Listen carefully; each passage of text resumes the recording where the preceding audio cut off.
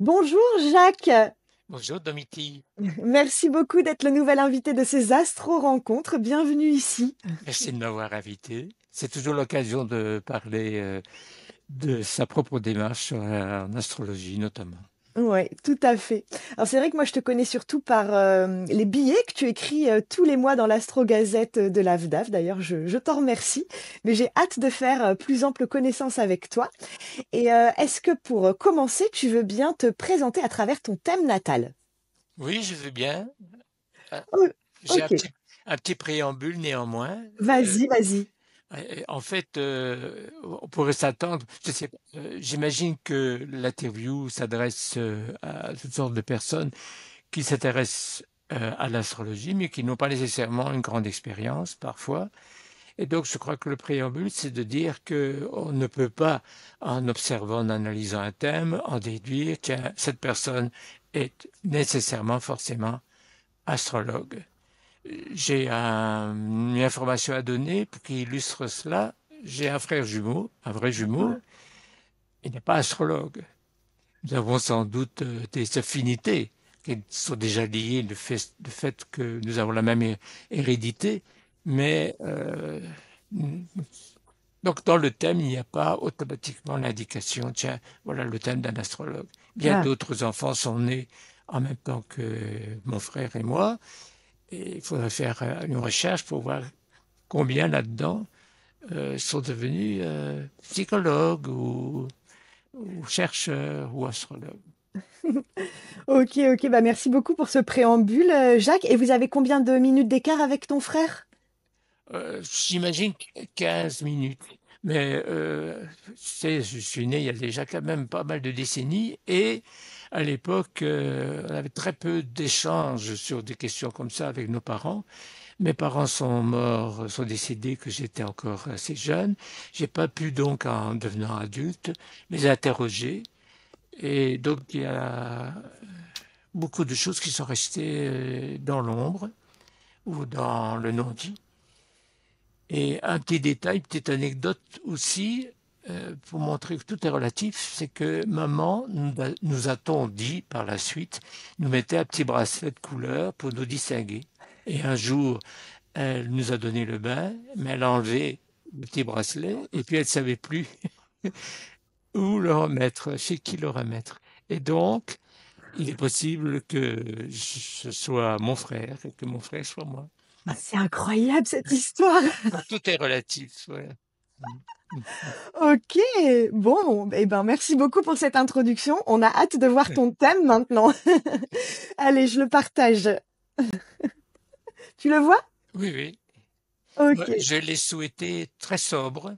oui. Parfois, j'observe des thèmes où il y a une multitude d'aspects. Je ne sais pas à quoi ils servent parce que c'est déjà tellement complexe dans le sens que donne Edgar Morin au terme. C'est pas compliqué, c'est complexe. Que avec les différentes planètes, les signes, les maisons, les aspects réduits aux principaux, aux aspects majeurs, je trouve que c'est déjà tellement riche. Je ne vois pas pourquoi réajouter un tas d'autres choses. Ok. Alors vas-y, on t'écoute. Comment tu raconterais ton thème? Il y a deux sous-questions. Quand? Et puis, de manière plus approfondie, comment? Euh, En fait, je me suis intéressé à l'astrologie de manière assez soudaine. J'allais voir un peu dans les librairies des petits carnets de poche qui parlaient notamment du signe du Verseau, puisque je suis à la fin du Verseau. Et j'y trouvais un écho évident. Et en même temps, je disais, c'est pas ma vie actuelle, concrète. C'est pas ce que je vis, mais c'est ce que j'aimerais vivre. Et pour essayer d'approcher le thème de manière globale, parce que je crois que c'est essentiel d'approcher un thème de façon globale. Quand j'ai commencé, et là c'est le comment, à m'intéresser donc soudainement à l'astrologie, les quelques livres qui existaient à l'époque subdivisaient le thème par des petites formules. Vous avez le soleil en ceci, ça veut dire ça. Vous avez, et je sentais, j'observais une multitude de contradictions. Donc une approche globale est essentielle. Et pour justement illustrer ça par rapport ou à partir de mon thème, j'ai imaginé de parler de deux fils tendus. Et dans les deux fils tendus, il y a le fil à plomb qui est plutôt vertical, ou qui est vertical, et le câble du funambule qui est horizontal. Et je pourrais illustrer donc à la fois ce que je suis et ce qu'on observe dans le thème à partir de ces deux fils. Le fil à plomb, je l'associerais au noyau, à la conjonction, à l'amas, pourrait-on dire, mais il n'y a que 3 planètes là-bas en maison 12, Soleil, Mercure, Vénus, Trigone à Jupiter, au descendant, ou en tout cas dans la maison 7, en balance. C'était le fil à plomb. C'est-à-dire que très, très jeune, très enfant, je vivais dans une sorte de bulle et je me sentais relié beaucoup plus au ciel, que je pouvais observer facilement de chez moi à l'époque, à la campagne, toutes ces étoiles. Je me sentais beaucoup plus relié à cela qu'à mes proches, qu'à ma famille, même qu'à mon frère jumeau, ce qui est un paradoxe. Et ce rapport au ciel faisait naître en moi un sentiment de confiance, d'équilibre, presque parfois de joie, pour ne pas le dire autrement. À l'inverse, le câble tendu du funambule, je l'associe ici à ma conjonction Mars-Saturne, Cancer, maison 4. Mars étant la planète qu'on associe à l'ascendant et à l'occurrence le bélier. Et d'autre part, Lune en Vierge. On pourra voir après qu'il y a cette Lune qui est carrée à Uranus. Uranus, la planète associée à mon signe Verseau. Mais je précise que je souhaite parler beaucoup plus des archétypes planétaires que des planètes, pour bien indiquer que le ciel astrologique est au-dedans de nous. Les anciens déjà le disaient et parfois on l'a oublié. Donc ce qui m'intéresse, c'est moins les cailloux qui gravitent dans le système solaire, pour faire un peu ironique, que le ciel intérieur, les planètes, les archétypes planétaires. Et donc je viens alors au câble du funambule qui, dans sa situation, se doit d'appliquer des règles strictes d'équilibre. Cette position fait naître en lui un peu du stress d'une vierge. Et naturellement, l'astrologue ou toute personne qui est intéressée par l'astrologie comprendra rapidement que ce Mars, qui est pourtant la planète qui gère mon ascendant, cet archétype planétaire, conjoint à Saturne, montre qu'il est donc contrôlé et qu'on lui demande un certain nombre d'attitudes sérieuses, appliquées, ce que la Lune en Vierge, ce à quoi la Lune en Vierge, en maison 6, fait penser. C'est assez facile peut-être d'entrer dans ce thème, puisque l'ascendant est en Bélier, toutes les maisons, tous les secteurs se superposent aux signes qui leur correspondent. Et j'ai encore une petite question par rapport au fait que tu es un frère jumeau. J'imagine que c'est quelque chose que tu as pas mal étudié en tant qu'astrologue, puisque ça te touchait notamment à titre personnel. Parce que moi, alors j'ai pas expérimenté énormément les thèmes des jumeaux, mais de ce que j'en ai entendu, certains astrologues pensent que les jumeaux se partagent le thème finalement et qu'ils sont deux pour incarner le même thème et que certains va plus incarner telle ou telle énergie planétaire et l'autre va prendre plutôt va incarner une autre partie. Qu'est-ce que tu en penses de ça? Ça rejoint une expression de René Zazot. C'est un auteur qui a beaucoup étudié, mais il y a déjà quelques décennies, le monde des jumeaux, le monde gémellaire. Et il a employé cette formule. Il y a le ministre entre les jumeaux, des Affaires intérieures et le ministre des Affaires extérieures, comme si c'était un petit gouvernement. Nous créons, nous formons, nous vivons une sorte d'entité. Et ce que j'ai pu comprendre avec du recul, je l'ai évoqué, je pense, tout à l'heure, moi, très jeune, je vivais dans une bulle. Et je me sentais presque pas appartenir à cette famille. J'ai même été jusqu'à penser que j'avais été adopté. Mhm. Alors que c'est inconcevable, puisque nous étions là à deux jumeaux. Bah, soit, c'était mon imaginaire. J'ai compris progressivement que mon frère alors, a beaucoup plus exploité son Jupiter au descendant ou à maison 7 en balance. C'est-à-dire qu'elle apparaissait aux yeux des proches beaucoup plus ouvert, jovial, interagissant, alors que j'étais plus renfrogné. Je vivais peut-être là déjà mon Saturne. Je vivais dans ma bulle et j'ai gardé très peu de souvenirs des premières années de notre enfance. Je peux les comparer avec les souvenirs de mon frère et je me rends compte qu'il se souvient de beaucoup plus de choses que moi. Par exemple, bien sûr, j'avais 10 ans quand elle est décédée, mais j'ai quasiment pas de souvenirs concrets, vécus de ma mère. Et je tends toujours à dire ma mère plutôt que maman. C'est surprenant, mais voilà, ça me ressemble sans doute. Et donc, pour répondre à ta question, oui, il a beaucoup plus, je pense, déjà investi dans ce Jupiter, dans la relation à l'autre, dans la jovialité, dans l'expansion, alors que moi, je vivais dans ma bulle et j'explorais par mes rêves, par mes écritures déjà, et surtout par mes observations, je rêvais là ce lien avec quelque chose qui me dépassait, mais qui me paraissait faire fondamentalement partie de mon humanité, de notre humanité. Et alors là, c'est aussi un peu anecdotique sans doute du côté de la lune en Vierge. Cette lune nous a conduit, l'année comme l'autre, à être attentifs aux détails, à faire les choses qu'on devait faire avec application, méthode. Bien sûr, Saturne, l'éducation nous le demandait aussi. Mais parfois, j'avais envie, après avoir rendu service, donné un coup de main à la maison, j'avais envie de retourner dans mon imaginaire.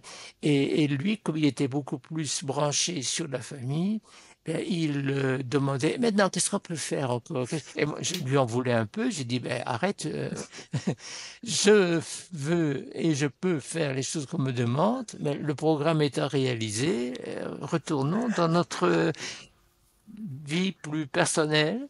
Non, il demandait qu'est-ce qu'on peut encore faire maintenant. Oh, j'adore. Merci beaucoup, Jacques, de partager ça. Euh, Maintenant, est-ce que tu peux nous parler de l'astrologie telle que tu la pratiques? Oui, je l'ai pratiqué de façon progressive, comme tout le monde, j'imagine. Quand on commence à étudier l'astrologie, il faut d'abord assimiler, intérioriser beaucoup de choses. Et je l'ai dit tout à l'heure, en fait, à l'époque, il y avait très peu de manuels. Et les manuels que j'ouvrais, que je lisais, étaient plutôt effrayants parce que ils étaient très prédictifs. Et comme j'ai un Mars en Cancer maison 4, je lis Mars Cancer maison 4, incendie à la maison, incendie au foyer. Et il y a une époque où les astrologues s'exprimaient comme ça. Il y en a peut-être encore d'ailleurs, c'est regrettable. Et donc, il a fallu que je saisisse, que je comprenne, mais ça faisait partie vraiment de mes aspirations, que je comprenne le comment et le pourquoi de ce genre de langage. Et rapidement, je me suis formé à différentes disciplines psychologiques pour comprendre globalement comment fonctionne psychologiquement un être humain. Et ça m'a conduit donc assez rapidement à limiter le rôle ou à circonscrire le rôle de l'astrologie et d'analyse d'un thème de naissance. C'est donc progressivement que j'ai commencé à m'y trouver sur un plan plus psychologique et sans jamais oublier que le thème est intérieur, intime, et qu'il nous parle de notre imaginaire, à savoir de comment rapidement, à partir de la naissance, nous allons avoir notre propre point de vue, nos propres lunettes sur ce qui se passe autour de nous. Donc ce n'est pas ce qui se passe autour de nous, les événements qui sont décrits, c'est notre façon de les percevoir, de les intégrer. Les psychanalystes disent de les introjecter et à partir de cela, de façonner notre rapport aux autres et au monde. Là, je trouve bien sûr plusieurs ressemblances avec mon frère, puisqu'il a quand même à peu près le même thème que moi. Quand j'ai commencé à pouvoir saisir ça, les circonstances de la vie ont fait que, après 2 ans d'études, mais presque, parce que j'ai quitté mon boulot pour m'investir, j'avais 20 ans environ, pour m'investir dans l'étude de la psychologie et de l'astrologie, quelqu'un est venu me chercher pour assurer un cours d'astrologie à Bruxelles, qui était devenu vacant, parce que simplement l'astrologue qui s'en occupait était âgé. Il s'agissait de Gustave Brahy, Lambert Brahy. Et donc j'ai été lancé sur le terrain, obligé de pas seulement continuer à étudier, mais à pouvoir exprimer ce que j'avais commencé à comprendre.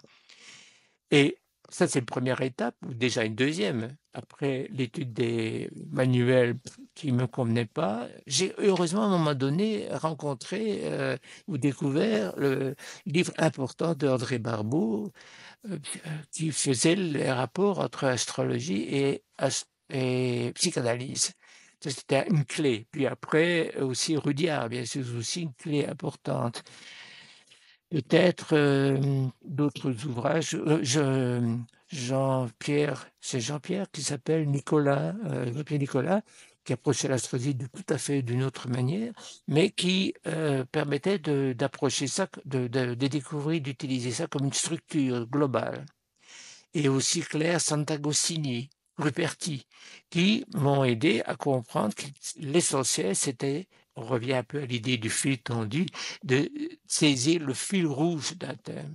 Et donc, à partir de ça, je suis attaché à, comment dire, trouver la clé du thème. Et cette clé, qui n'est pas toujours facile à saisir, une fois qu'elle est saisie, permet à ce moment-là de comprendre la place de chaque pièce dans l'échiquier et de valider, de renforcer telle ou telle donnée du thème, mais en les comprenant dans l'ensemble du thème. Pour répondre à un autre aspect de la question, comment je pratiquais, parce que je crois qu'il est temps de faire autre chose que de recevoir des consultants. Je m'attachais à accompagner, ça je crois que c'est assez présent, j'imagine, dans beaucoup d'astrologues au sein de l'AFDAF, qui ont quand même une démarche à ce point de vue attentive et réfléchie. Donc je m'attache à accompagner le consultant. Mais je commence toujours par au moins 20 minutes d'explication pour que la personne approche ou comment dire, comprenne un peu quand même de quoi il s'agit, c'est-à-dire sur base de quelle image, de quelle figure symbolique, très abstraite pour lui, je vais m'appuyer pour lui proposer une lecture parmi d'autres du thème, c'est-à-dire de comment cette personne de l'intérieur a traversé sans doute certaines étapes en ressentant les choses à sa manière et a élaboré un peu à la fois son identité, en insistant sur le fait que, ça, la psychanalyse ou la psychologie le considère bien sûr aussi, c'est qu'à partir de notre naissance, nous élaborons notre vêtement psychologique de manière inconsciente, en tout cas sans nous en rendre compte. Quand nous élaborons de façon plus flagrante notre jeu et que nous pensons nous connaître, un petit retour en arrière nous fait prendre conscience que nous avons mis en place des traits de caractère, des ressentis, sans pouvoir les gérer. Alors là, le thème astrologique devient un outil pour comprendre le chemin que nous avons parcouru, pas uniquement au point de vue des situations, des événements, mais au niveau de notre ressenti, comment nous avons intégré ces différentes étapes, et ce qui explique là, aujourd'hui, au moment où on analyse son propre thème, où nous en sommes, comment et pourquoi nous ressentons les choses de telle façon, avec telle ou telle contradiction, si ce que nous avons commencé à élaborer nous ressemble vraiment aussi, au contraire, nous avons été un peu déviés, écartés de nos aspirations de départ.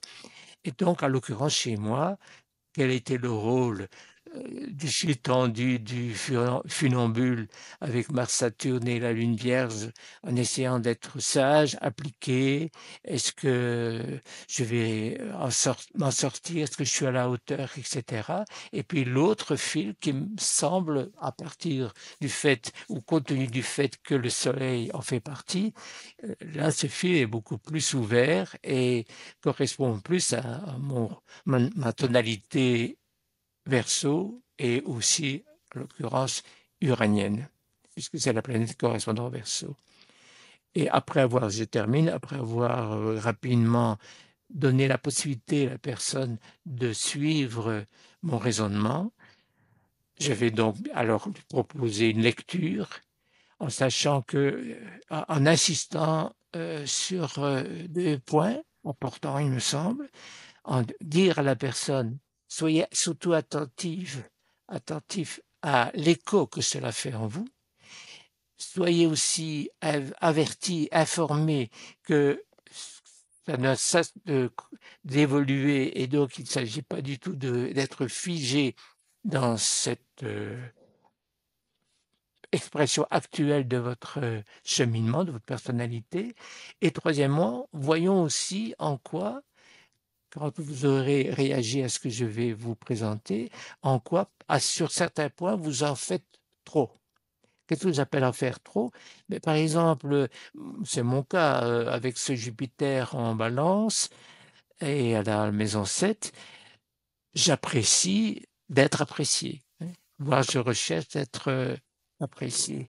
Mais aimer être apprécié, c'est aussi un piège. Et parfois, on en fait trop lorsque la pommade nous est un peu mise sur la main, mais on en demande encore plus. C'est-à-dire, là, sur le plan psychologique, il faut comprendre pourquoi on a besoin de cette appréciation qui est légitime. Mais en faire trop, c'est ne plus arrêter finalement qu'à rechercher ça.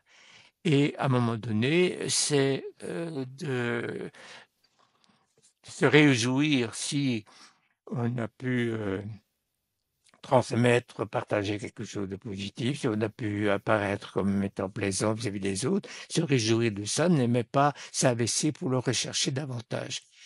Je termine encore une fois en disant que ça montre bien qu'une planète comme Jupiter, dit comme le grand bénéfique, Saturne, le grand maléfique, il y en a d'autres, c'est aberrant. Jupiter peut avoir ses excès. D'ailleurs, dans la mythologie, le personnage n'était pas toujours le plus sage qu'on puisse imaginer. Et donc, chaque donnée doit être à nouveau remise dans son contexte et voir l'aspect positif qu'il y a lieu d'encourager, de développer, et l'excès qu'il s'agit de comprendre et puis éventuellement de vérifier. Ok, merci beaucoup, Jacques. Oui, Tout à l'heure, tu disais que ta rencontre avec l'astrologie avait été assez soudaine. oui. Est-ce que tu peux nous raconter un petit peu comment la vie t'a amené à l'astrologie? Oui, j'y ai souvent pensé parce que c'était effectivement soudain et inattendu. J'ai dit tout à l'heure que j'allais dans les librairies consulter des petits fascicules de poche qui parlaient notamment du Verseau. Et à l'époque, j'avais déjà fait plusieurs métiers différents. Hôtellerie, j'avais été journaliste indépendant, je travaillais dans une banque. Et grâce au soutien de mon épouse qui enseignait, j'ai pu donné carrément ma démission dans cette banque où je devenais malade parce que ça ne correspondait pas du tout, ce travail. Et j'étais donc en pleine exploration. J'aurais souhaité être psychologue à ce moment-là, ou bien ethnologue, ou anthropologue, ou que sais-je. Tous ces domaines-là m'intéressaient passionnément. Et puis un soir, une nuit plutôt, je regardais par la lucarne, je dormais à l'époque en visite dans une mansarde, et j'observais par la lucarne le ciel. Et l'idée de l'astrologie m'est carrément tombée dessus. Euh, Elle me semblait tout de suite réunir tous ces domaines qui m'intéressaient, et j'ai accepté de considérer ça. Et d'autres comprendront peut-être ce que je vais dire, et peut-être au contraire ne comprendront pas du tout. J'ai eu un sentiment intérieur, le sentiment intérieur de rentrer chez moi. Je ne peux pas dire autrement. Naturellement, l'astrologue qui s'intéresse au karma, avec ses richesses et ses excès, dira, ben oui, voilà, vous étiez peut-être astrologue autrefois. Soit, je ne sais pas. On peut en parler un petit peu karmique, de la démarche karmique ensuite. Mais en tout cas, voilà comment ça s'est passé. Et c'est à ce moment-là que j'ai commencé donc à rechercher des ouvrages. Et comme j'avais donné ma démission à la banque, j'ai pu consacrer toutes mes journées pendant 2 ans, grâce au soutien financier, il faut le reconnaître, de mon épouse, pour étudier l'astrologie, la psychologie. Et c'est juste après qu'on est venu me chercher déjà pour donner un cours. Voilà comment ça s'est passé, un peu malgré moi, mais en même temps, ça me correspond, ça me ressemble. Quand je vois mon parcours, avec les livres que j'ai publiés, le livre que je prépare, ben, je me rends compte que je vais plus ou moins passer par là. Avec la particularité que mon frère jumeau s'est aussi beaucoup intéressé à ce qui est psychologique, etc., mais de toute façon tout à fait différente. Donc, il ne s'est jamais intéressé de la même manière à la psychologie ou, à l'occurrence, à l'astrologie. Ok. Tout à l'heure, maintenant on va parler un petit peu livre. Tout à l'heure, tu nous as parlé de Barbeau et Oui. je crois que c'était Rudyard aussi dont tu nous as parlé. Rudyard, Ruperti, oui. Ouais. Est-ce que parmi tous ces auteurs ou un autre, hein, il y a un livre qui t'a particulièrement marqué pendant ton parcours d'astrologue? Ça pourrait être un livre, par exemple, que tu recommanderais à tous les astrologues de lire ou d'avoir dans sa bibliothèque. Mais probablement, je ne connais plus le titre exact, mais Rudyard, dans la mesure où il donne une dimension plus spirituelle à, à l'astrologie, mais avec quand même quelques réserves. Donc, conseiller avec malgré tout des réserves, c'est paradoxal si on veut. C'est même dérangeant peut-être pour les auteurs que je serais amené à citer, mais parce qu'il y a toujours, par exemple, Barbeau, son traité d'astrologie, je le recommande, surtout dans les premiers chapitres où il fait les parallélismes avec la psychanalyse, où il montre bien que le ciel intérieur est un processus psychique et pas un déterminisme qui nous tombe dessus avec les planètes qui sont là-bas dans le ciel. Et or, oui, oui, il approche de manière très intéressante tout cela par des illustrations, en utilisant notamment les rois de France. Notamment, ça délimite un peu le propos, mais ça nous permet de voir que il n'insiste pas sur le fait de dire le thème de Louis ou d'un autre roi, le désigner en tant que roi, mais il nous montre comment il vivait cette fonction royale. Je ferai une petite parenthèse en contraste à partir des recherches de Gauquelin, statistiques. qui a voulu démontrer la validité de l'astrologie. Enfin, il voulait montrer le contraire, et puis, soi-disant, il est arrivé à quand même des résultats qui seraient donc en faveur de l'astrologie. Mais là, c'est une démarche tout à fait différente parce que rechercher des peintres ou des militaires ou ce que sais-je encore en fonction de la présence dominante d'une planète au milieu du ciel, par exemple Mars pour les sportifs ou les militaires, c'est passé à côté de la vraie question, parce que chaque peintre, chaque militaire, chaque sportif vit sa fonction, son travail, sa profession différemment. Les impressionnistes, les expressionnistes. Donc là, un thème nous permettrait de dire, tiens, si c'est un peintre, il serait plutôt expressionniste ou impressionniste. Mais il ne nous dit pas d'avance que c'est un peintre. Et donc, pour revenir au livre de Barbeau, à la fin de son ouvrage, il développe à ce moment-là les maisons astrologiques. Et là, ce que je regrette, c'est que là, il revient en arrière pour utiliser les maisons comme des tiroirs où on classerait des événements ou des situations. On a peut-être un exemple, la maison 2, qui parle de notre sensorialité. C'est la deuxième étape dans l'élaboration psychanalytique de notre personnalité. Donc, d'accord, ça nous parle de notre sensorialité et du besoin d'être sécurisé, donc au niveau de la nourriture, d'un confort, d'accord. Mais alors tout d'un coup, ça devient la maison de l'argent. Et son vis-à-vis en face, ce sera la maison des héritages. Mais tout le monde n'a pas de l'argent à foison parce qu'il aurait Jupiter en maison 2. Et tout le monde ne va pas avoir des héritages s'il a Jupiter en face à la maison 8. C'est le ressenti. Je pense malgré tout en donnant ces clichés-là qui, moi, me dérangeaient un peu, il en vient malgré tout, donc là je remets du positif, il en vient malgré tout à dire qu'un Jupiter en maison 2 peut indiquer quelqu'un qui n'en aurait jamais assez d'argent.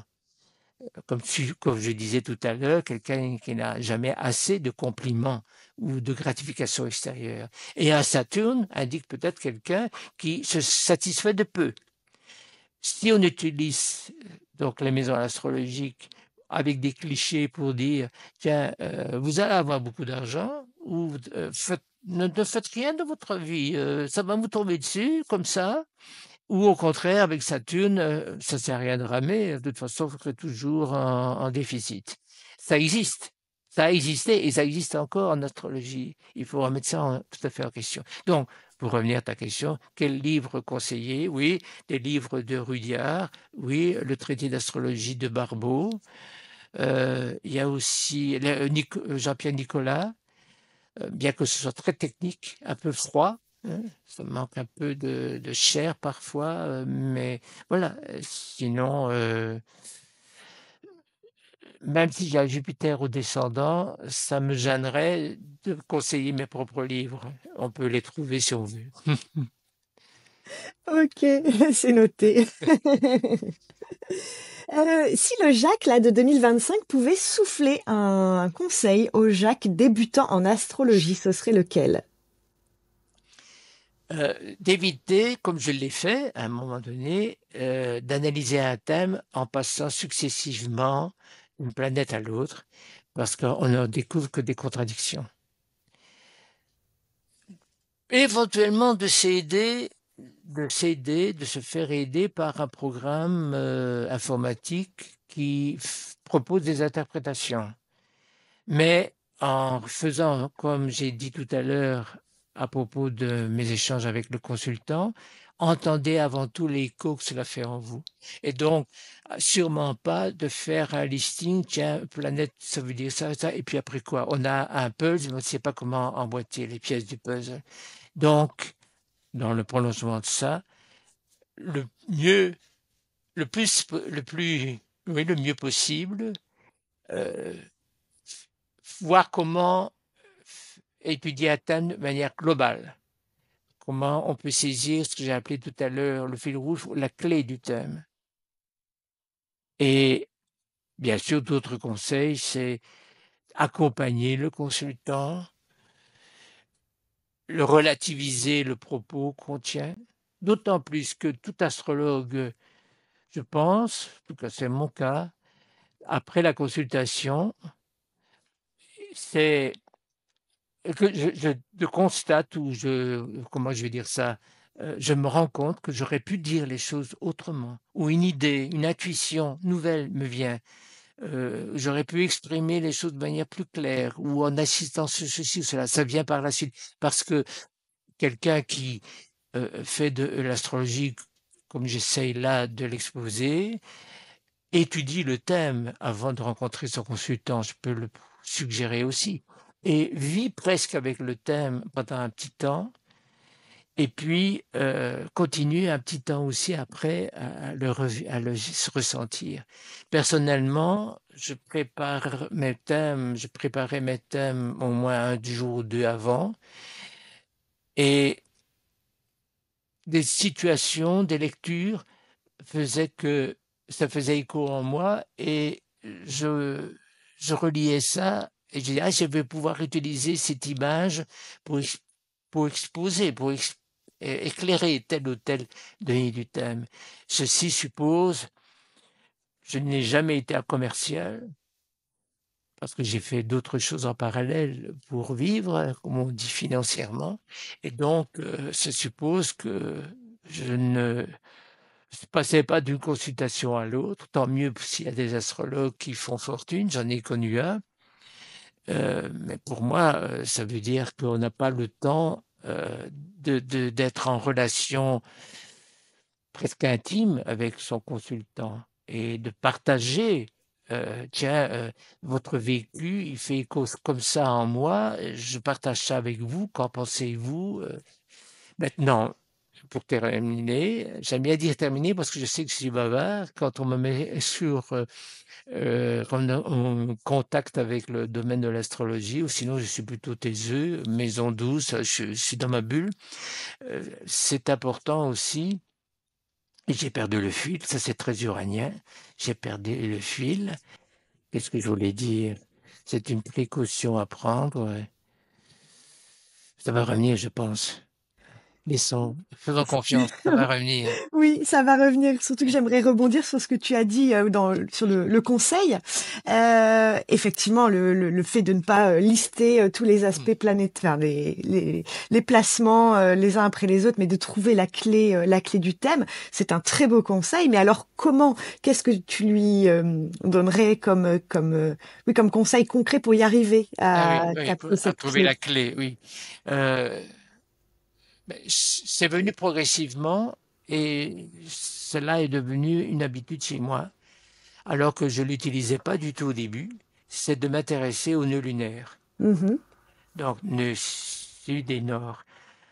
Petite parenthèse pour l'auditeur ou qui n'en connaît rien, qui n'y connaît rien.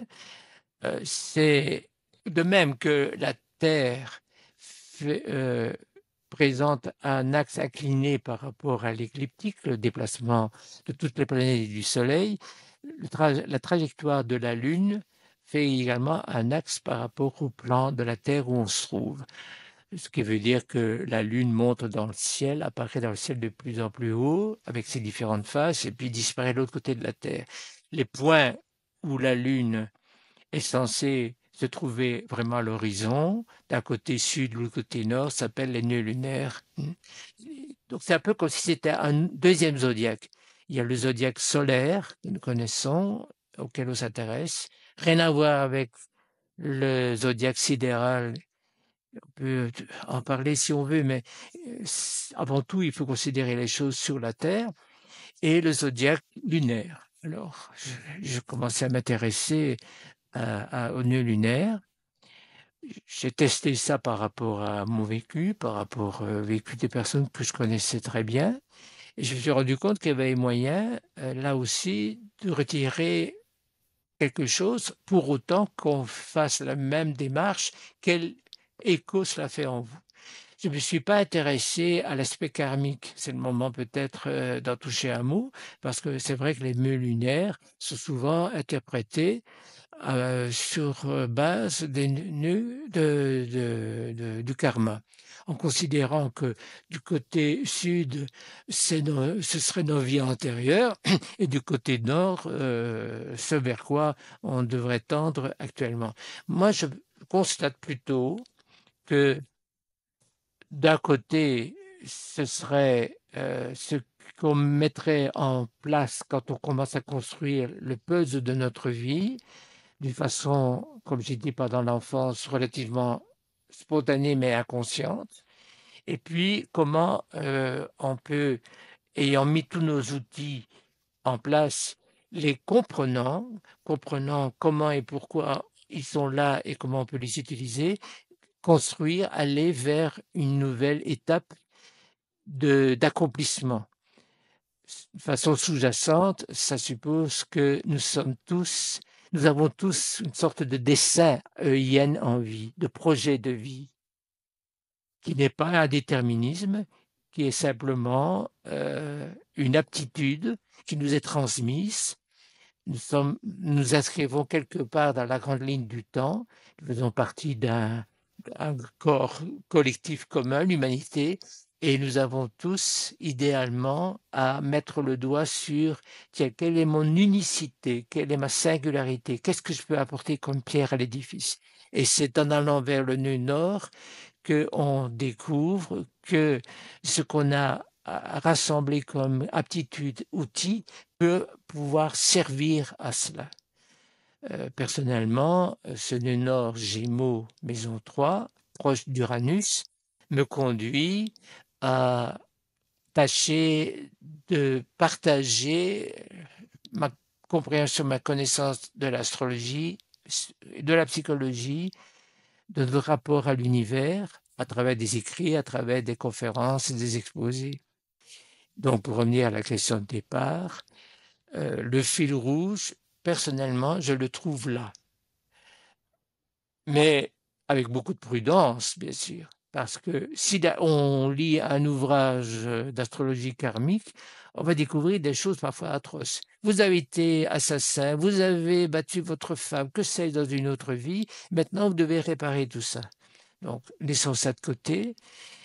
Et il n'empêche que on peut partager avec le consultant ce que illustre le nœud nord notamment et voir quel écho cela fait chez le consultant. Et donc, je conseille peut-être de ne pas prétendre dès le départ, j'ai tout compris, je vais vous dire tout, je connais des astrologues qui font ça, et vous n'avez plus maintenant qu'à inscrire ça dans votre carnet de route, et voilà comme vers quoi et vers où vous devez aller. Non, euh, vérifiez avec le consultant, tiens, en disant, je pense, ressentir, comprendre que votre axe de travail personnel, d'évolution, pourrait être ceci, cela. Qu'en pensez-vous? Quel écho cela fait en vous? Et à ce moment-là, les archétypes planétaires deviennent les acteurs de cette mise en scène, de ce théâtre. Et on va pouvoir alors aller les illustrer, les interpréter à partir de ce fil-là. Et dit, tiens, là, vous avez été peut-être embarrassé parce que vous auriez peut-être souhaité aller plus vite vers le nord, mais bon, l'éducation, etc., a joué. Et là, au contraire, il y a un potentiel qui va vous être utile. Sans oublier que le rôle de l'éducation, c'est pas dans le thème inscrit votre père est comme ça, c'est comment vous avez, vous, intégré l'archétype parental. Hmm. Et comment donc vous avez retenu, psychologie dira la même chose, dans les diverses attitudes de votre père, en l'occurrence, vous avez privilégié, retenu, intériorisé telle ou telle facette et vous avez oublié les autres. À travers des rêves que j'ai faits bien après le décès de mon père, n'ayant jamais eu un dialogue d'adulte avec lui, à travers ses rêves, je me suis en quelque sorte réconcilié avec lui et j'ai découvert d'autres facettes.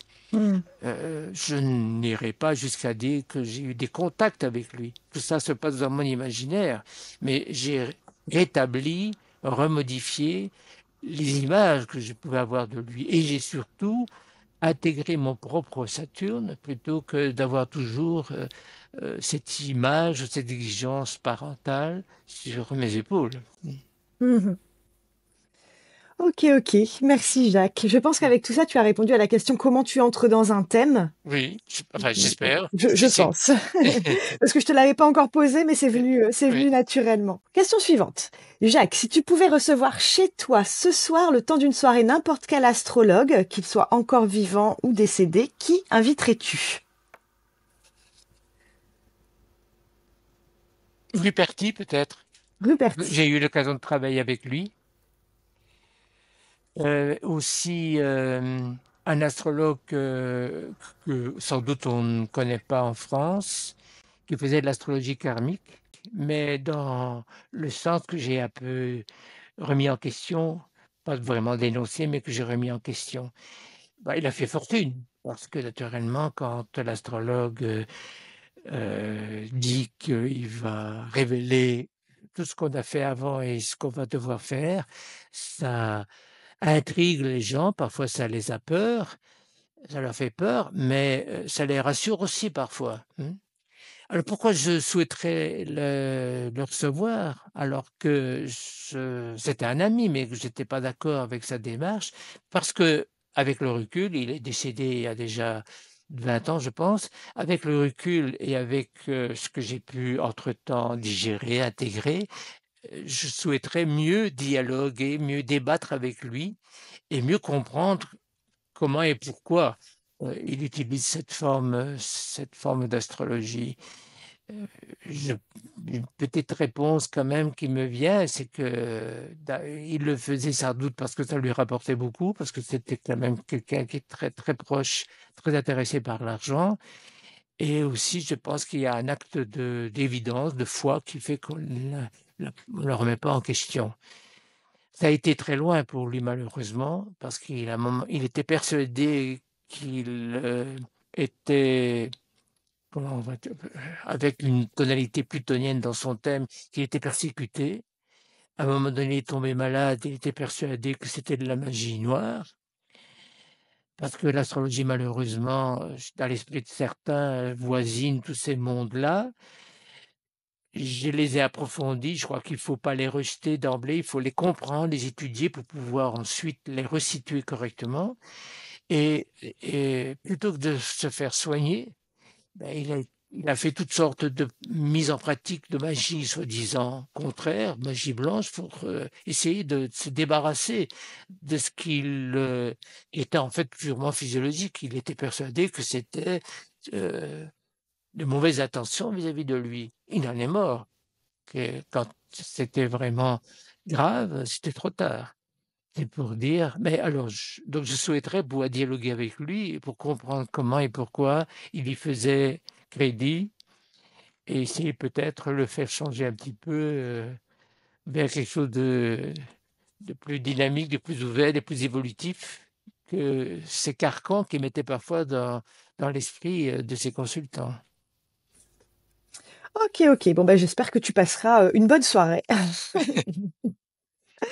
Euh, Maintenant, on va parler un peu du congrès qui se Oui. tiendra donc à Lille le 24 mai prochain, le congrès régional de la l'AFDAF. Tu seras donc l'un des 6 conférenciers de ce congrès qui a pour grande thématique Comment va le monde? Et toi, tu as appelé ta conférence Comment va le monde? Fin de règne ou restauration? Est-ce que tu peux nous en dire un petit mot, s'il te plaît, Jacques, sans nous faire toute la Oui, conférence oui. maintenant? Oui. Ben, j'ai eu le plaisir de proposer ce thème global, comment va le monde? Et j'ai trouvé que c'était important de dire comment va le monde plutôt que où va le monde.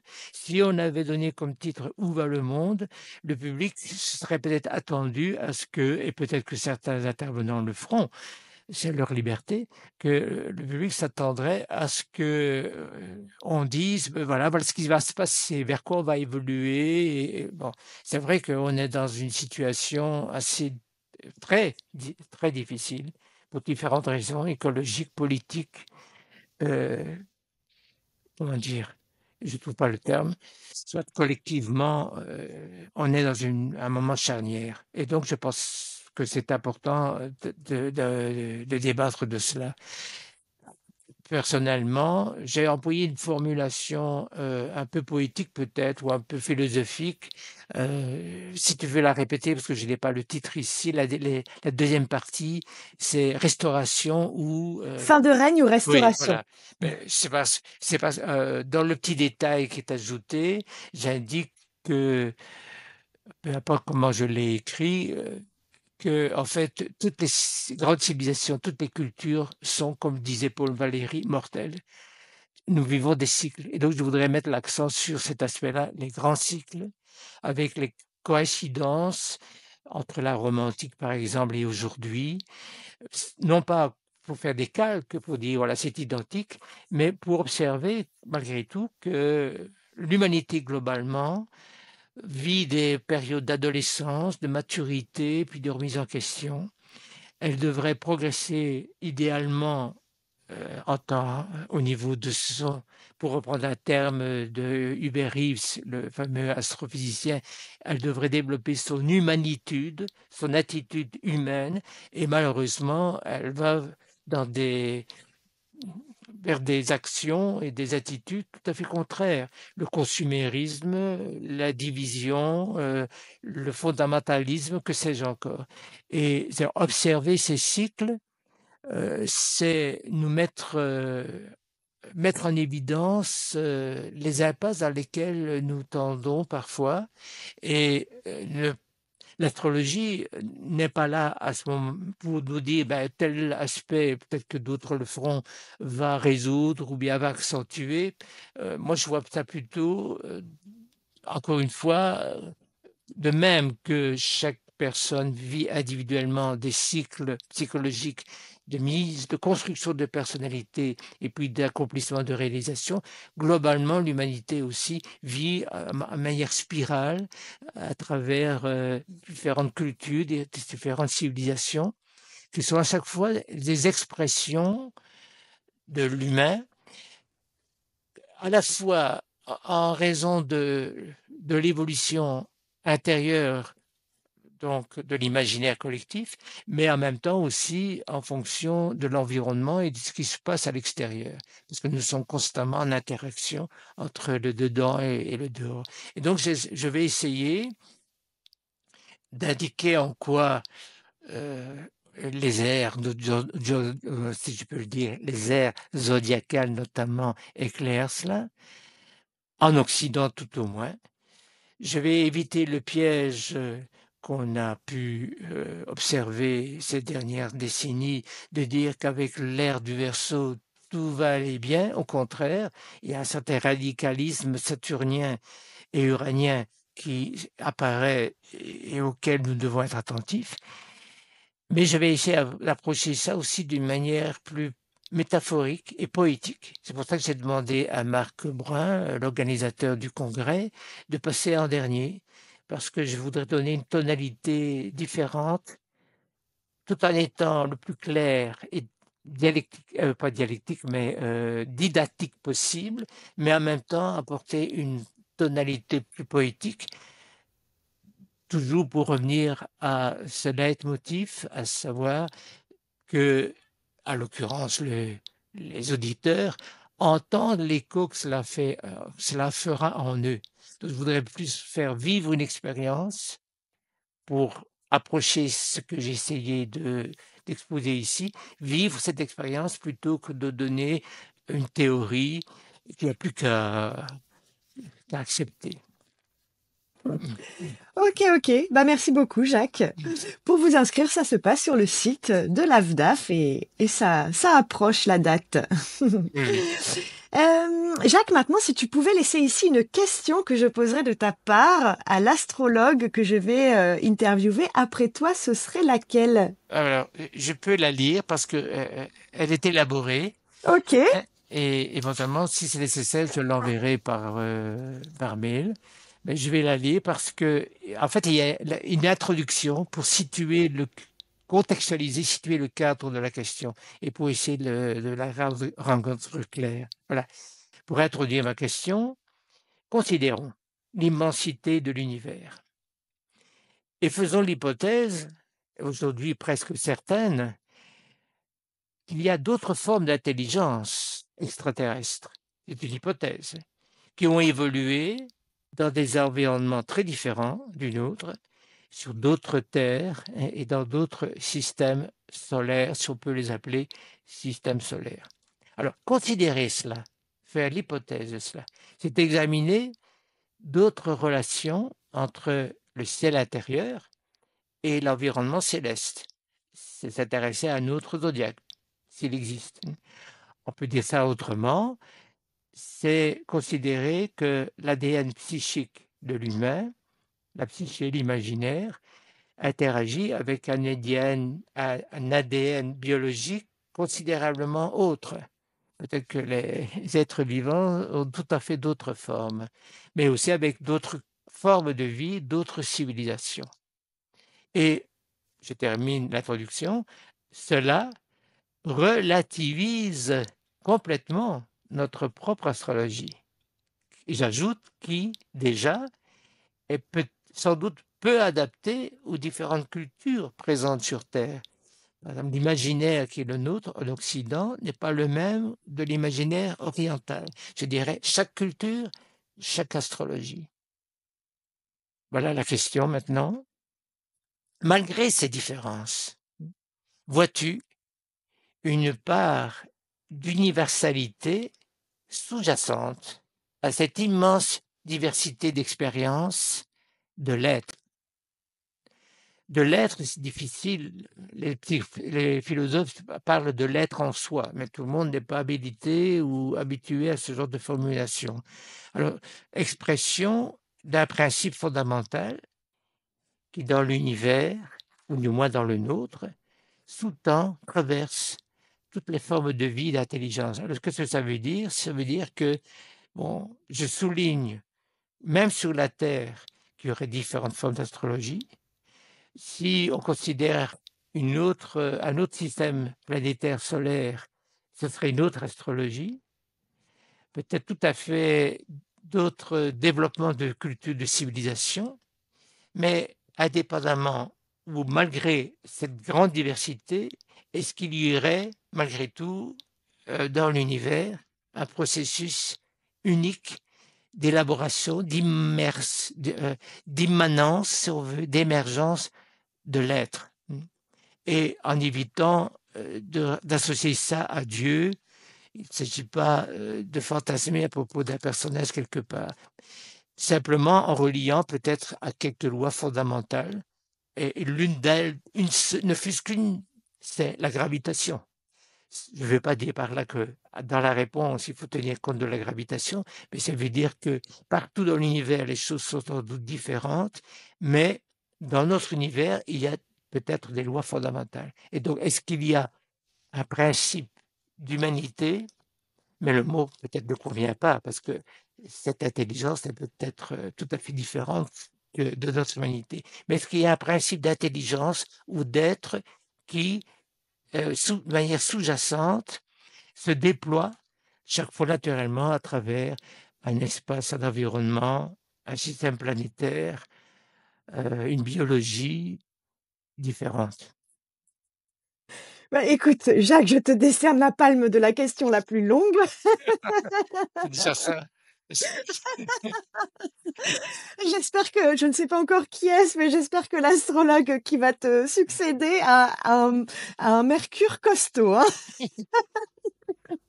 Mais si je pose la question, c'est parce que je me la pose tous les jours aussi. Hein? Ok, bah merci de partager tes questionnements avec nous. Je pense que l'astrologue suivant te remerciera aussi. Faudrait peut-être que je lui envoie en amont pour qu'il la prépare. Ouais. Ah. Ok, ok. Bon bah écoute, merci Jacques. Je ne m'attendais pas à ça. Alors bah maintenant on va écouter la question que l'astrologue précédente a laissée. Tu es prêt? Oui, oui, Oui. Elle devrait être plus courte. oui. Enfin, c'est pas elle devrait être, elle est plus courte. Alors, je vais te partager mon écran. Donc, il s'agit de Frédéric Desplechin, qui sera aussi l'une des 6 conférencières du congrès de Lille. Je ne sais pas si vous vous connaissez ou pas. Tu la connais, Frédéric? Pas personnellement. Non. Ok. Bon, allez, j'appuie sur play. est-ce qu'il y aurait un rituel qu'il pratique? Tu vois, un rituel ou quelque chose, ou un gris-gris, ou tu vois, un truc, un astrologue. Tu vois, moi j'ai mon rituel de faire ma carte du ciel à la main, voir s'il y a besoin de quelque chose à côté de lui, ou un objet fétiche, un gris-gris, ou un rituel de mise en place pour préparer un thème. Voilà. Donc, quel serait son rituel? Voilà la Euh, question de Frédéric. je dirais qu'il y a sûrement une mise en condition, une préparation. Comme j'ai dit tout à l'heure, je prépare le thème à l'avance, je relis mes notes, euh, j'essaie d'être détendu. Je suis de plus en plus détendu. Avant, ma lune en vierge me posait des problèmes, certains stress. Donc, de me détendre et de rendre le lieu le plus agréable et lumineux possible, que la personne soit bien confortable. Est-ce que ce sont des rituels? Je mets un peu de musique quand la personne arrive et je lui propose, ou je lui demande en tout cas si elle souhaite un verre d'eau ou autre chose, ou un jus de fruits. Donc, essayer de la mettre à l'aise. Parler un peu d'autre chose que du thème, de savoir si elle a fait une bonne route. Donc, est-ce que ce sont des rituels? Mais c'est comme quand on va aller se coucher, on fait un certain nombre de gestes qui se répètent jour après jour et qui nous préparent d'une certaine manière. Donc, je prépare, comme je viens de le dire, l'échange, le dialogue. Le dialogue. Je n'ai pas par ailleurs besoin d'objets particuliers. Il m'est arrivé de dire, tiens, est-ce que j'allumerais une bougie simplement pour souligner la dimension plus spirituelle que je souhaite intégrer dans ma consultation. Et quand je dis spirituel, c'est simplement pour prendre un peu de hauteur. Donc, voilà, je crois que c'est la seule chose que je peux dire. Ok, bah merci beaucoup Jacques d'avoir répondu à la question de Frédéric. Et puis bah c'était la dernière question de cette astro rencontre. Un grand merci Jacques pour tous ces partages et cette discussion. Pour ceux qui ont envie de te contacter, j'ai pas trouvé de site. Tu as pas de site. Tu as un mail et un numéro de téléphone, mais tu n'as pas de site. Non, j'ai eu un site que j'ai gardé quelques années et j'avais tellement de choses à y mettre que je me dis, je préfère. Et donc, c'est plutôt à travers quelques bouquins que j'ai publiés que j'essaie de partager. Ok. Tu peux nous les montrer les bouquins que tu as publiés? Tu les as pas très loin? Je vais chercher deux ou trois si je les ai sous la main. Donc, Oui.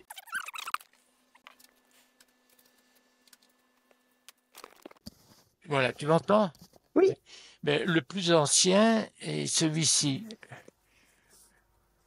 L'Homme Univers, grosse brique, publié il y a 20 ans, je pense, auquel on a ajouté malheureusement les deux livres de l'astrologie. Pourquoi malheureusement? Parce que toute la première partie est philosophique et la deuxième partie approche la mythologie et la psychanalyse des maisons. À cause de cela, le livre a été classé dans les librairies dans le rayon astrologie. Ce qui veut dire que, bien que j'ai eu une bonne presse à l'époque, ce qui veut dire que des gens qui auraient pu être intéressés par l'aspect philosophique sont passés à côté. L'autre livre est aussi un peu métaphorique, c'est La légende des signes. Et là, c'est un livre un peu ludique, à savoir que pour chacun des signes, je pose des questions. Est-ce que la personne, quel est l'écho que l'explication du signe fait en elle? Et je dirais qu'il y a une sorte de petit tableau à remplir. Et à la fin, j'insiste sur le fait que nous ne sommes jamais unilatéralement de tel ou tel signe, mais nous sommes des combinaisons. Et en fonction de ce que la personne a trouvé comme écho en elle, à la fin, il y a ce que j'appelle les légendes conjuguées. Par exemple, Gémeaux, Lion, Cancer, Scorpion. Et donc l'exposé est déjà beaucoup plus ouvert que simplement la description d'un seul signe, et ça conduit à se rendre compte que nous sommes multiples à travers l'ensemble du zodiaque et des archétypes planétaires. Le plus récemment, mais ce sont des ouvrages collectifs auxquels j'ai collaboré ou que j'ai dirigé. Il y a par exemple Prométhée, l'éthique des progrès. Donc c'est une réflexion sur l'éthique dans tout ce qui progresse et évolue en science. Et ça, c'est un des derniers, l'aventure humaine, donc la spiritualité des premiers mythes au défi de l'anthropocène. Ça, c'est le monde actuel, l'anthropocène. C'est la situation du monde où l'homme, finalement, a fait évoluer la Terre avec ses ambitions économiques, etc., alors que jusque-là, c'est la Terre elle-même, la nature, qui faisait évoluer le monde. C'est un ouvrage collectif. Voilà. Ok, J'en ai bah, encore un ou deux, mais enfin bon, dis donc, bah, et ils sont en librairie ou on peut les commander sur ton site? Ils sont en librairie, moins les plus récents. Les deux autres, on les retrouve encore sur Internet en occasion, D'accord, parce ok, qu'ils sont épuisés. d'accord. De même que je t'ai épuisé ce soir. Non, pas du tout. Non, non, je Mais ils t'écoute, je sont t'écoute. épuisés. Alors, ce qui est comique, c'est que leur coût initial, je ne sais plus ce que c'était encore en francs belges pour le premier.